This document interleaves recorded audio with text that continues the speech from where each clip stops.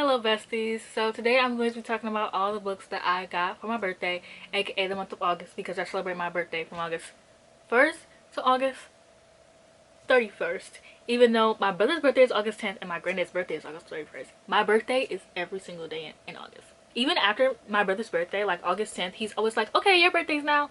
And I love it, okay? I'm a Leo stellium, if you know what that is.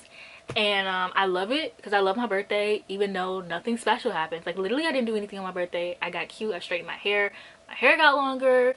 Unfortunately I did get heat damage, but I cut my heat damage and my split ends, so my hair is really only gonna get longer. Because to me, having long hair ain't shit if your curls are damaged. Like I really could care less about how long your hair is if your curls are damaged. So these are all the books that I got for myself. I wanted to do a Barnes & Noble trip for my birthday, but I ended up not doing it. But I took pictures, which the Leo stellium in me loved. And I got sushi. I watched my favorite movies. I do that every year for my birthday. I like to relive my inner child. So if somebody, like, if you never have like plans for your birthday, I highly recommend watching your childhood favorite movies, seeing how it affected your life, seeing how you might relate to the characters, see the impact that it might have had on you. Yeah, I'm talking about absolutely nothing. So I'm just going to get into the haul. Okay, so let me do these books here because it's gonna mess up my aesthetic if I don't. So the first book I have is the Flat Share. I have been thinking about reading this book for a while. I actually originally wanted the UK cover, but I didn't feel like waiting for Book Depository because it takes so long on Book Depository. But I really want to read this book now, which is so funny because at first I had no interest in reading this book. This book is about a man and a woman, and they both live in the same house, but they never see each other because she works day shifts and he works night shifts, and then he starts like leaving her little letters. And now that I am 24 and an adult, I think that I am ready for this book. I actually think it's going to end up being like really good and really cute. I actually don't understand why I never was interested in this book, but now I am. So yeah. And this cover actually is really cute. It's actually grown on me. Not that I ever thought it was ugly, but I just love the UK cover a lot more. But I actually really do adore this cover. The next book I have is the Pallbearers Club. I got this one because this is a Books Online Live's like favorite books so far this year, or one of her favorite books this year, and she made it just sound like really interesting. It is about these kids how old are these people? It takes place in the 80s. It's about 17-year-olds who are pallbearers, and they start like this club, and then he's writing a memoir about things that happened, and he's claiming that one of his friends was a vampire, and she's actually reading the book and like recounting, like she's annotating and recounting like things that happened. And I love books that have like annotating like this. Like I love books like this. So personally I'm very excited to read this book. It fell flat for a lot of people, but Kayla really liked it. And one thing I noticed is that if the masses like hate the book and Kayla likes it, I will more than likely like it as well. So I'm very excited to check it out. I feel like this is gonna be my favorite book of the year. Like I'm so excited. I wanted to hold off until October, but as soon as the Libby hits, I'm reading it. I might even read this before the Libby audiobook hits. I'm not even gonna hold you up. Like I am excited for this. This whole haul is a bunch of like nonfiction or spooky books, low-key. And then the next book I have is from Hollywood with Love. I got this one because Aza has been reading a lot of nonfiction books, and I've been reading a lot of nonfiction books too, but I just cannot find any like recommendations because I want nonfiction books that are just really like specific or just really interesting, and just really interesting nonfiction books. And that's what she has been finding for a while, and so I bought this book because this one is about the rise and the fall and fall again, or in rise again of the romantic comedy. And if you know me, you know I love rom-coms, I love romance, I'm a hopeless romantic, and so I just feel like this book is going to be everything for me and more, and I'm very excited to read this book. I feel like these little stacks is like so mean because I have romance, horror, and then nonfiction about romance, so it's like This is so mean. Okay, so then we have Untrue, told by Wednesday Martin, and this one is about why nearly everything we believe about women, lust, and infidelity is wrong, and how the science can set us free. And I just really thought that it would be interesting. And then I think that this is so freaking cute. Like, I am obsessed with this. Like, I'm obsessed with this cover as a whole. Like, I love like the simpleness of it, and then bam, like, it's so cute. This is another book I got from Aza. Although she never she ended up taking this book back, I just decided to check it out. So this one, I don't remember where I got this from, if I just got this from TikTok, if I got it from Aza, where, but this, or if I just happened to find it. This one is Tomorrow Sex Will Be Good Again, Women in Desire in the Age of Consent. And so this one's, I could finish this pretty fast. It's only 120 pages. Like, okay. Oh, it talks about desire, arousal, and vulnerability. And so, yeah. And then I got Babel, which I have not started yet. I do want to read it, duh. I got it pre-ordered, and this came the day before my birthday. I was so happy. I'm waiting for the audiobook to come in, because even though this month I do want to try to read more physically, one thing about me is I'm not reading a R.F. Kuang book physically. Like, I don't know, I feel like I'm just too dumb to read it online. Like, I have to have somebody read it with me. So I do not think this is, I'm gonna have to get rid of American Gods, because I do not think that this is gonna, yeah, I'm gonna have to get American Gods, gotta go off the shelf now. That's crazy. But I'm so excited for this. Dark Academia, if you don't know what's about, why. I'm just excited.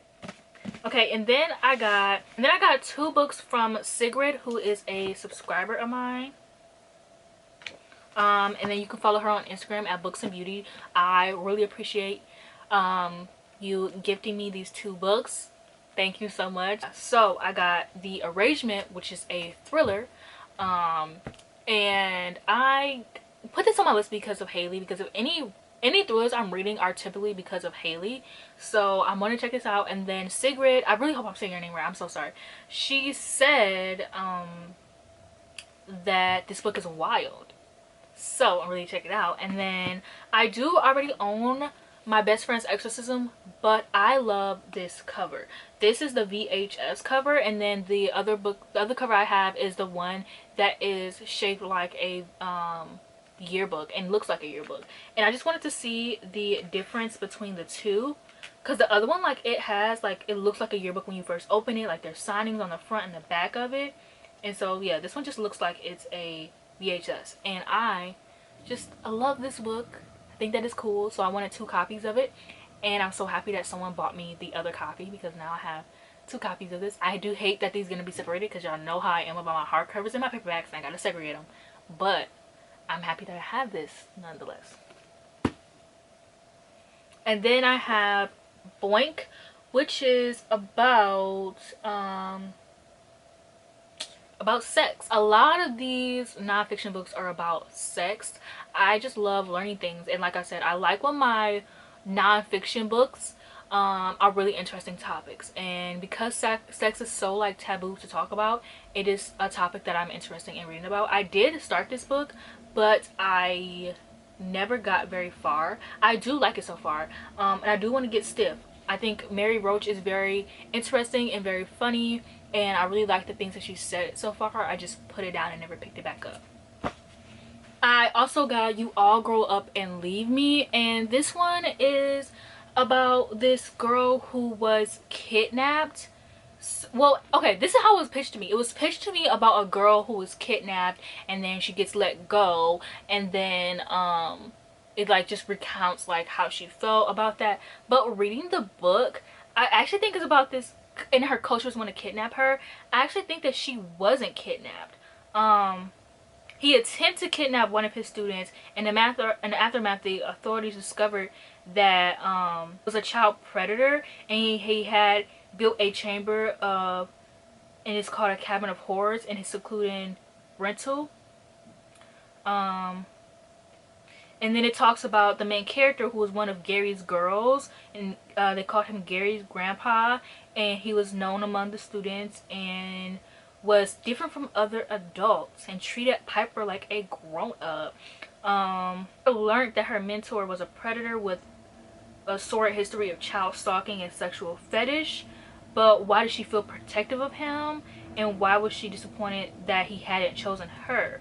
And so I really should have read the description of this book on my own, because to me it was pitched as a bunch of girls got kidnapped and then she got out, and it talks about that. But instead it's just her reflecting on why this sexual predator didn't kidnap her. And then when I realized that, I said, oh okay, and I put the book down and I haven't picked it back up again.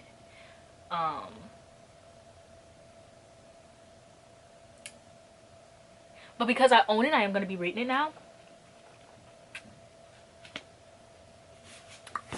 And then I got Pieces of Her. I bought this one because I had... This is signed. I bought this one because I was going to be reading Girl Forgotten. And that one is like the sequel to this one. But then I got Girl Forgotten on Libby before I got Pieces of Her, so I read that first. Bad choice. Don't do that. If you want to hear my thoughts about Pieces of Her, check out my August wrap up. If you want to hear about my thoughts on Girl Forgotten, check out my August wrap up. I did give it 4 stars, by the way, though. But I got this paperback because I was gonna start, like, I do have like a paperback thriller. Nobody cares. I got this paperback though because this was the most appealing cover out of all of them, because I really like to have like my same authors. Like, if I have an author in hardcover, I want them all in hardcover because I don't want to keep my authors separated. I don't really know how my bookshelf works. I'm just buying stuff now at this point. I really don't know. And then I got Word Slut because I have read Cultish and I really like that book, and so I bought Word Slut. And this is a feminist guide to taking back the English language by Amanda Montell. I find her really interesting. I follow her on Instagram. I think that, I don't want to say I think she's funny because she has like white girl humor, but I chuckle a little bit sometimes. So there's that. And then I have All About Love by Bell Hooks, who I believe is a black woman. And I do have a Twitter account. I have a secret Twitter account. I'm not going to tell you guys what it is. But on the Twitter account that I have, it's my spiritual account. So it's really personal. Please don't go looking for it. Please don't go trying to find me. If you do want to follow a Twitter account, I have like a Stan account where I talk about all the things that, like, I talk about movies, books, TV shows, reality TV, all of those kind of things, comic books, all of those. You can follow me at Eternal Cardin. That's the Twitter you can follow me on. I don't want to, it's not like a booktube kind of thing, it's more so like a Stan kind of thing, but not really. But yeah, don't go looking for the other one. I do not give you permission to that. I do not give you permission to stalk me. I don't care who you are. It makes me uncomfortable.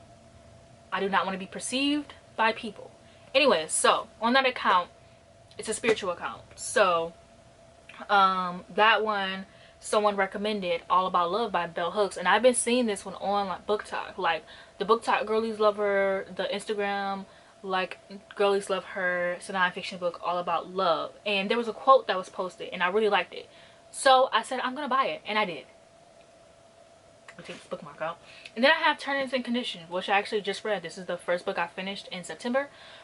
This one is the second book in a series, and I'm trying to get used to buying books even if I don't like the other books in the series, like even if I don't care for them.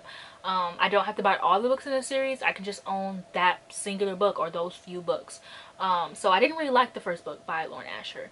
I didn't even like her other series. I think that Lauren Asher is very corny, and going into this book I knew it was going to be corny. The first book was corny, absolutely terrible. Don't know why everyone eats it up. So I only read this book because it had a black girl main character, and she's actually dark skinned, or I mean, it doesn't say she's dark skinned, but she's not mixed, because a lot of times when non-black authors write, when they write like black girls, they always make them mixed. And so I usually like, and I don't expect non-black authors to even write black girls. at all, period. But when they do, they make them mix, and it's so annoying. So I really wanted to read this one because she's fully black.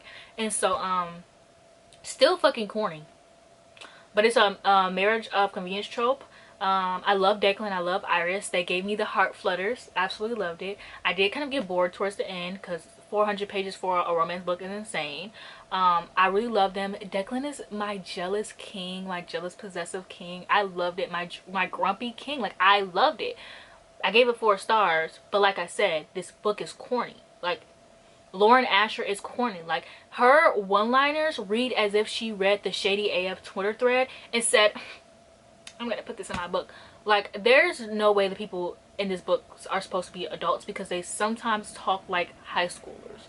But that's just me. There's also one line in this book that really does rub me the wrong way. It's where it's a major convenience book, and it's about Iris, who works for Declan, and he wants to get married because he can't get his inheritance unless he gets married. So he ends up marrying her to get the inheritance. And so they're about to get married, and his dad is an asshole. Nobody likes him. He walks in and he's being shitty to her, and she says something about, like, if I wanted to talk to a shitty deadbeat dad, I would go talk to my own, or something like that. And I'm like, why does the black girl have to have a deadbeat dad? Like, yeah, we get it, Declan's dad is a deadbeat, but we already know how black women are perceived, and like how black people are perceived in like the deadbeat dad thing. So I feel like that being written by a non-black author made me uncomfortable, but maybe I'm just reaching. And then I got Slewfoot because Kayla from Books and Lala read this, liked it, said it reminded her of The Witch. I love The Witch. I love it. I feel like it's gonna give me, she also said it was like The Year of the Witching, which I just reread, and I did like it, so I'm hoping this will be like better vibes. I mean, it has pictures in it, so I love the art. I'm absolutely obsessed with this picture, like, so I'm excited to read it. And then I bought 9 Perfect Strangers because I read Big Little Lies. If you want to hear my thoughts about Big Little Lies, I read it in August, so you can check out my August wrap up. I did start 9 Perfect Strangers, but I'm not gonna lie, this was very boring. I may just have to watch the Netflix show first and then read this book, because I don't know if I can sit through this book. I really don't know. But it's also really fun to read these books, like go look at the cast and see who the cast is and then picture them as the characters. But man, was I bored. I don't even remember where I left off at. This kind of put me in a reading slump too, I'm not gonna lie, but still liked it. I mean, yeah. Oh, and then I read Stay Sexy, Don't Get Murdered. I talk about this one in my August wrap up. It is a memoir from the girls with the hit podcast Stay Sexy, Don't Get Murdered. It is a self-help book. Personally, I think that self-help books are useless. If you are not a therapist, have a degree in psychology, or a psychiatrist, whatever they're called, psychologist, I think I just made that up. If you are not one of those things, there's nothing you can possibly help me in my life with. You know what I'm saying? But I did like the stories in this. I really liked them talking about their lives, because I like on the podcast when they talk about their lives before they get into the like true crime murders. But I just feel like this didn't need to be a self-help book, because self-help wise it did nothing for me. I did laugh though. Okay, and then the next book I have to talk about is Carefree Black Girls, a celebration of black women in pop culture. And I just like when people talk about pop culture. So and this is a collection of essays, and this is about the influential black women in American culture, writer, artists, actresses, dancers, and hip-hop stars. And it also examines the many stereotypes and rigid identities that have clung to them. And I just love when people talk about, I just love black women talking about black women and our experience of being black women, because I feel like, let's not even get into that. Okay, and then these two were also gifted to me by a subscriber. Her name is Nicole.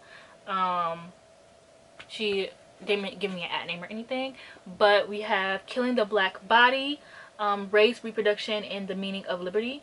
This was written in the 90s, so I really want to see like how like black women being talked about in the 90s, and how that like correlates to now, like if anything's changed, if it's still relatable, things like that. And then American Beauty. American Royalty, which is about this girl who's a rapper, and she ends up being signed a deal to make her one of the richest women in hip-hop. And I'm trying to figure out how they correlate. Okay, he discovers the rapper, and she's supposed to be like Megan Thee Stallion. So I think he's sexy, and I like the cover, so I'm excited to read this. And then I bought 2 Bridgerton books because I watched season 3 and I liked it. And then somebody told me the plot line of season, oh, I watched season 3, I watched season 2 and I liked it. So then somebody told me the plot line of season 3 and I was like, that gives. Now the plot line of season 3 and then the story of book, this is not book 3, of the book are 2 completely different things. But I love Penelope. Everybody hates Penelope. If you hate Penelope, you're just fat phobic. I have nothing else to tell you. I don't know what to say because Penelope is not a bad character. I don't care. So everybody hates Penelope, but I love her. And then my favorite thing about Bridgerton is the fact that like the guys are all ugly until it's their season and then suddenly they're sexy. Like what? And I love Colin and Penelope in this book. Like they just gave. I love that like he just snatched her. Like as somebody with an attitude, like I really just need a man to like get me together, like snatch me up, like just get me together real quick. And that was what Colin was for her. And you would just never think of Colin as like, he just looks like this sweet gentleman, and he is. And yeah, so I love this book. And then I obviously love The Viscount Who Loved Me. I read this one earlier this year, and like I said earlier in the video, I really want to start just buying the books that I like and not just having to buy all the books in the series. So I just bought these 2. I don't really want to buy I skipped the 4th one. I'm skipping a lot, but the book that I'm reading now is kind of the same plotline as The Viscount Who Loved Me. Like it's the one where her husband dies and his brother is in love with her, and so that's kind of the same plotline as this one. So I'm not really sure how I'm feeling about that one. I started it and kind of like soft DNF'd it, but okay. And then the next book I have is From Bad to Cursed. This one is a second one because the first book is Payback's a Witch, but I had this one on NetGalley and I never got to it, so I'm gonna read it and then write my NetGalley review. But I'm actually really intrigued in this one. Her name is Isadora. I really love that. And it's like, I call these cozy paranormal romances because when you think of paranormal romances, you think of like the werewolf books, like you think of like, I forget what this series, oh my god, everything's leaving my brain, but you think of like the werewolf books or the witchy books, like the old early 2000 ones, but like these were like the cutesy covers. I call these cozy paranormal books, and I want cozy paranormal to be more of a genre. Like to me, cozy paranormal books are books that are basically rom-coms, but it has paranormal. So it's like rom-coms but she's a witch, rom-com but she's a werewolf. Like it gives like rom-com. Like that's why I call them cozy paranormal ones.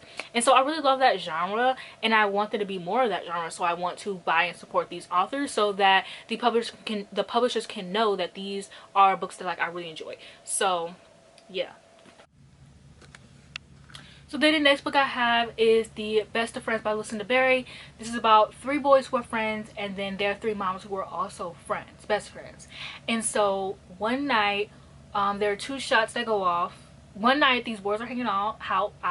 There are 2 shots that go off. One leaves one of the boys dead, one of the boys in a coma, and then the last boy not speaking.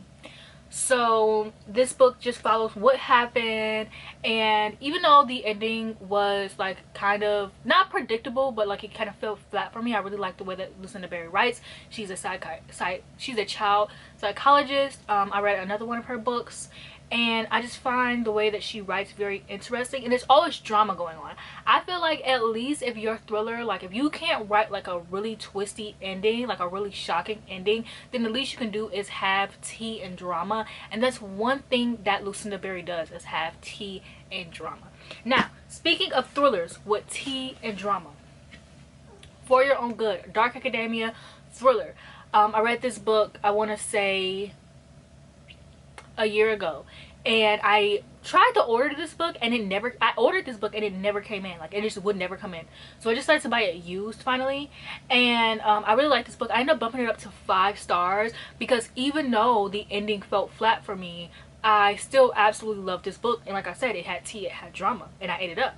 So I said, okay, well, I'm just gonna buy the book finally because I want to own it.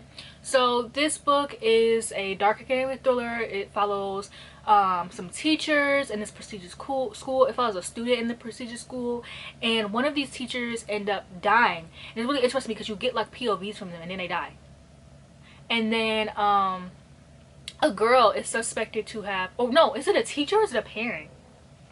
Oh no, one of the parents end up dying, and then her daughter is suspected to have been killing her, to have had killed her.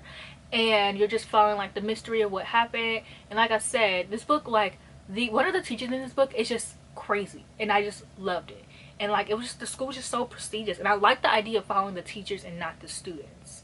But we do follow the students, but it's like I really like a dark academia book that focus on like teachers or older people, I guess. The next book I have is Jar Hearts.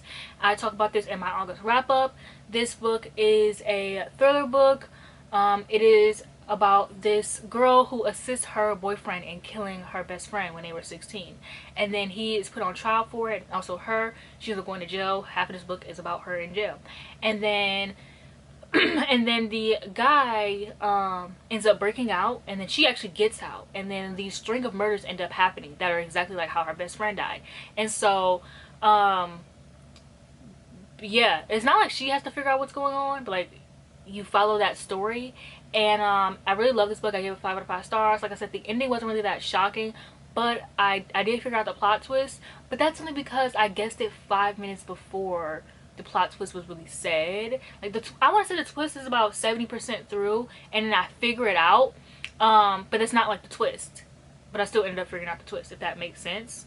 I kept figuring out the twist right before it happened. Like I feel like I shouldn't, I don't know, like I'm just too smart for these thrillers. I don't know. I'm just beauty, brains, like thrillers are just, I don't know, man. They just can't get me.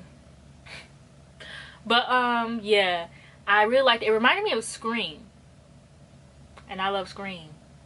So, and then the last book I have is The Last Housewife. Did I like I keep wanting to say The Knife I'm Never Letting Go. What the fuck? Did I like In My Dreams I Hold a Knife? No. I did like her romance book, Fool Me Once. So she's kind of like 1 for 2 so far. Thriller, so she's 1 for 1. She's 0 for 1. She's 0 for 2. So I do want to read this. This one's about a cult. Probably not going to be shocked by the twist. I'm not even going to look at any reviews because I feel like the hype of it all, like I feel like that's what's going to get me. So I'm not even going to look at the reviews. Like I'm just going to read the book and hope for the best and hope that I like it. I'm sorry, but it's about a cult. Like I feel like I'm going to love it though. Like I love cults. I do plan on doing a recommendations on books about cults at some point. Man, if I wasn't reading the Stephen King's new book, I would pick up this book right now, low-key. So I'm actually excited for it. So we're gonna hold on to that, and we're gonna leave. Luckily that was my last book. So thank you for watching this video. Don't forget to like, comment, subscribe. I love you all so much. I am so grateful for all of my subscribers, who are on my Patreon, and all of my subscribers who come to my book club. I am so lucky that you guys put up with me in my book clubs that like I always never keep up with, and my consistency, because I may be inconsistent, but at least I'm consistent. And it's not like I'm inconsistent, it's just like I'll like let's not even get to that. But anyways, I'm so grateful for you guys. I love you guys so much. I literally couldn't ask for anything better, especially to get me through life right now. You guys mean everything to me, and I love you so much.